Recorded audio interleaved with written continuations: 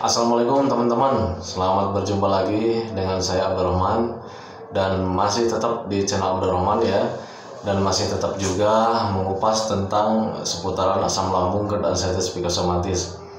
Nah, di video kesempatan kali ini saya akan mencoba menjelaskan tentang apakah kita ini sudah sembuh atau belum ya. Karena memang kita itu yang sedang mengalami asam lambung, GERD, ascites, psikosomatis, bagi yang sedang pemulihan, kadang selalu bertanya-tanya ya, kita itu udah sembuh atau belum ya gitu ya. Tetapi kalau misalnya dinyatakan sudah sembuh, kenapa sensasinya selalu datang? Tetapi kalau misalnya sensasinya datang kemudian hanya sebentar, kemudian ada perbaikan, ada rasa nyaman, apakah kita ini sudah sembuh atau belum? Itu ya teman-teman ya. Memang untuk asam lambung dan ascites psikosomatis suka membingungkan gitu ya, apakah kita ini sudah sembuh atau belum gitu ya. Nah itu teman-teman ya.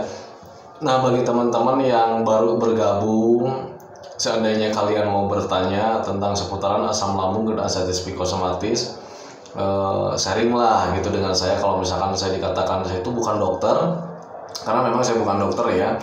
Sekali lagi, saya itu bukan dokter, saya bukan ahli hipnoterapi, saya bukan ahli medis, saya bukan ahli penyakit dalam. Saya itu hanya orang yang pernah mengalami gangguan asam lambung dan ascites psikosomatis. Dulu selama 1 tahun asam lambung saya sudah begitu parah, kemudian mencoba melakukan metode yang saya sudah mulai pelajari, kemudian ada perbaikan dan alhamdulillah sampai sembuh total. Nah itu teman-teman ya. Jadi sekali lagi, saya itu bukan dokter teman-teman. Jadi kalau misalnya kalian mau bertanya atau sharing, silahkan saja. Cuman sebaiknya sebelum bertanya, tengok dulu lah channel video saya itu ya, video-video yang sebelumnya teman-teman ya. Karena untuk seputaran asam lambung dan ascites psikosomatis semuanya sudah saya share ya, dari mulai pengalaman pertama saya, kemudian saya merasakan sensasinya seperti apa gitu ya, kemudian saya cara mempelajarinya seperti apa, kemudian punya metode seperti apa, dan cara menjalankannya seperti apa, kemudian cara menangani setiap sensasinya pun sudah saya jelaskan. Jadi sebetulnya untuk video saya itu sudah komplit ya teman-teman ya.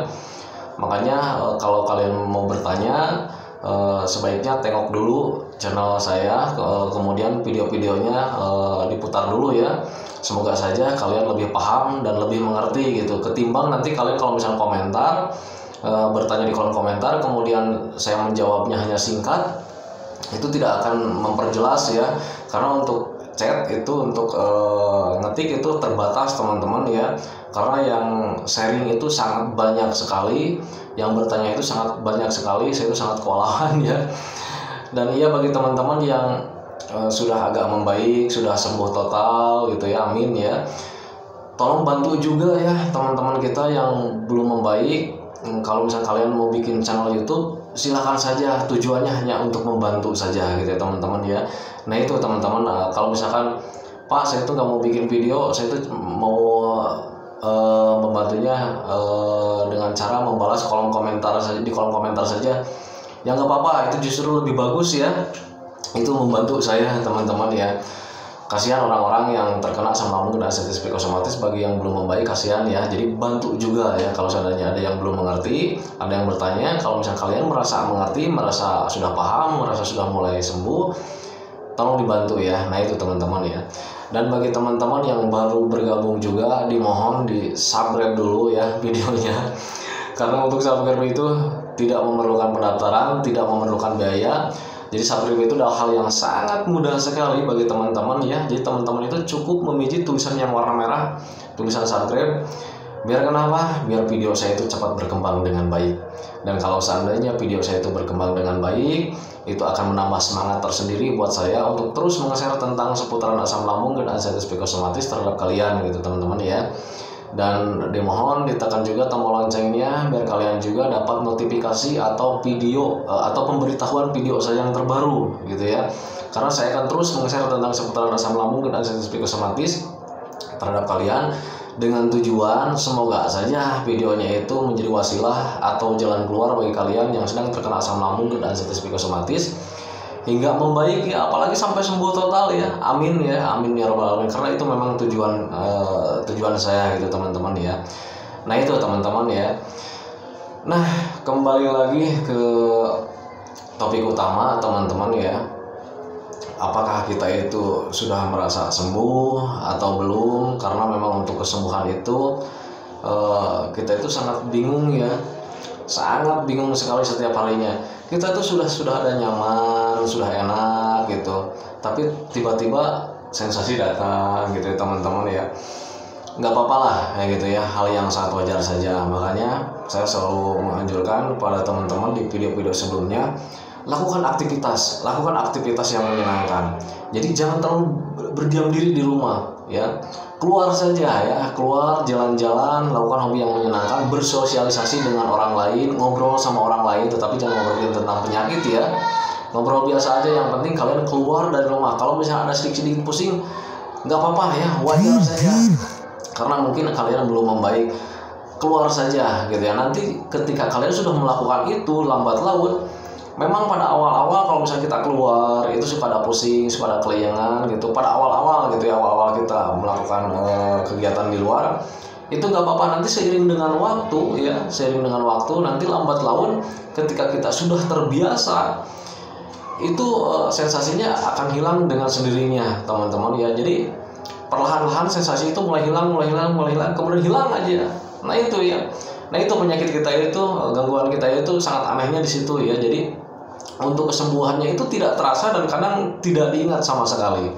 Gitu. Ini pengalaman saya itu waktu itu ya. Jadi keluar saja, lakukan aktivitas yang menyenangkan, kemudian sering bersosialisasi dengan orang lain dengan secara tidak langsung. Kalau kalian beraktivitas di luar, lakukan hobi yang menyenangkan, itu imun kita itu akan bertambah kuat ya teman-teman ya, akan bertambah kuat, kemudian aliran darahnya lancar, aliran oksigennya lancar. Pokoknya yang namanya kegiatan, selama kegiatan itu positif, kita beraktivitas, ada gerak buat tubuh kita, itu sangat bagus sekali ya, sangat bagus sekali buat pemulihan gitu ya. Selain kita juga melatih mentalnya juga teman-teman ya, karena orang yang terkena asam lambung dan diabetes psikosomatis mentalnya terganggu ya, serba penakut ya. Jangankan untuk melakukan hal-hal yang besar ya, hal-hal yang kecil saja juga kita itu suka merasa takut sensasinya akan datang lagi. Nah itu teman-teman ya. Jadi sebelum kita melakukan, kita itu sudah merasa takut sendiri ya, makanya paksakan saja. Kalau misalnya ada pusing sedikit, hal yang sangat wajar saja gitu ya teman-teman ya. Yang penting kalau misalnya kalian sudah masih merasa takut, bawa aja perbekalan ya. Saya juga dulu seperti itu teman-teman ya. Jadi ketika saya itu mau jalan keluar gitu, saya itu sambil bawa air minum, kadang bawa cemilan, repot pokoknya sih. Cuman ya itu untuk menanganinya gitu ya teman-teman ya. Karena kalau misalnya kita terlalu sering diam diri di rumah, kapan kita akan membaik? Kapan kita akan sembuh? Sementara penyakit kita itu medisnya cuma 1% loh ya. Jadi penyakit asam lambungnya cuma 1%, 99%-nya itu justru dari pikiran kita, permainan pikiran, permainan psikis kita ya teman-teman ya. Rasa cemas, rasa was-was itu dari mental kalian. Mental kalian sekarang sudah terganggu teman-teman ya. Terganggu karena memang ada trauma tersendiri di waktu itu, di waktu pertama kali kalian terkena asam lambung dan diabetes psikosomatis, dapat sensasi tidak nyaman seperti orang yang mau meninggal. Nah perasaan itu menjadi trauma tersendiri buat kita ya.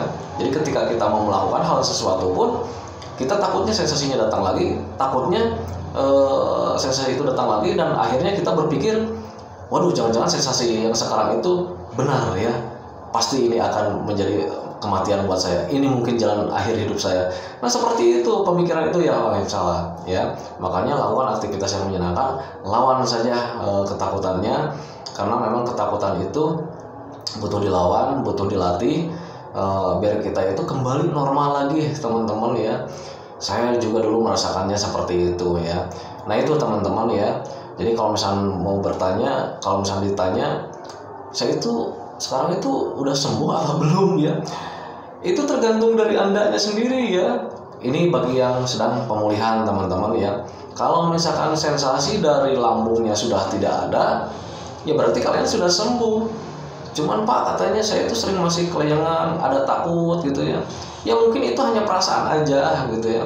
Karena memang untuk perasaan cemas, untuk perasaan was-was, memang kelayangan juga suka mengikuti gitu ya. Kelayangan mengikuti gitu. catatan buat kalian ya, rasa cemas itu bisa menguras energi dengan cepat. Kalau seandainya kita cemas, kita was-was, energi cepat mudah habis.